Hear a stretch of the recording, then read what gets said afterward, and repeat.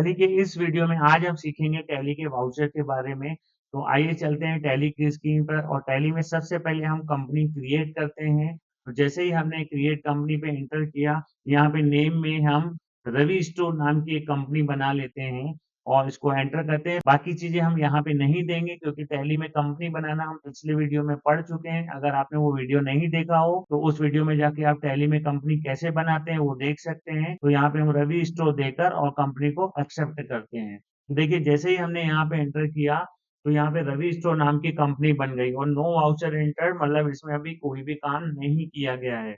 और ये टैली का first page gateway of tally. अब यहाँ पर हमें ट्रांजेक्शन के अंदर अकाउंटिंग वाउचर में जाना है। तो यहाँ पे हम एंटर करते हैं अकाउंटिंग वाउचर पे और देखिए जैसे ही हमने यहाँ पे एंटर किया हम यहाँ पे आगे वाउचर के अंदर।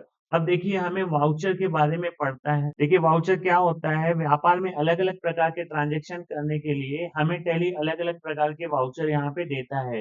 जैसे देखिए यहाँ पे पेमेंट लिखा हुआ है, मतलब ये पेमेंट वाउचर है और ये F5 बटन दबाने से टैली में पेमेंट वाउचर आता है। और पेमेंट को हिंदी में हम लोग भुगतान बोलते हैं।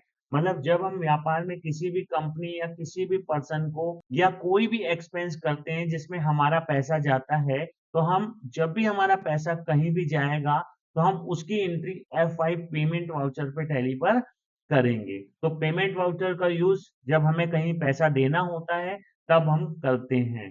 तो आइए दूसरा वाउचर पढ़ते हैं यहाँ पे। और यहाँ पे लिखा हुआ है F6 से रिसिप्ट वाउचर आता है। देखिए F6 से रिसिप्ट यहाँ पर लिख करके आ गया। रिसिप्ट का मतलब ही होता है रिसीव, मतलब प्राप्त, हमें पैसा आया। तो जब भी हमें व्यापार में कहीं से भी पैसा मिलेगा या हमारी कोई भी इनकम होगी जिसमें हमें पैसा रिसीव हो रहा होगा, उसको हम टैली में F6 रिसिप्ट वाउचर पर करेंगे। आगे बढ़ते हैं। F8 बटन से टैली में आता है सेल्स। सेल्स का मतलब विक्रय या बेचना। जब हम व्यापार में किसी भी व्यक्ति या किसी भी कंपनी को माल बेचते हैं, गुड्स सेल करेंगे, कैश में सेल कर रहे हैं या क्रेडिट में कर रहे हैं, तो उसकी एंट्री हम लोग टैली में F8 सेल्स वाउचर पर करते हैं। आगे बढ़ते हैं। F9 से टैली में आता है परचेज, परचेज वाउचर। देखिए परचेज वाउचर जब हम व्यापार में माल खरीदते हैं, कैश में परचेज करें या क्रेडिट में परचेज करें, उसकी एंट्री हम लोग टैली में F9 परचेज वाउचर पर करते हैं। आगे बढ़ते हैं। और F4 बटन से टैली में आता है कॉन्ट्रा।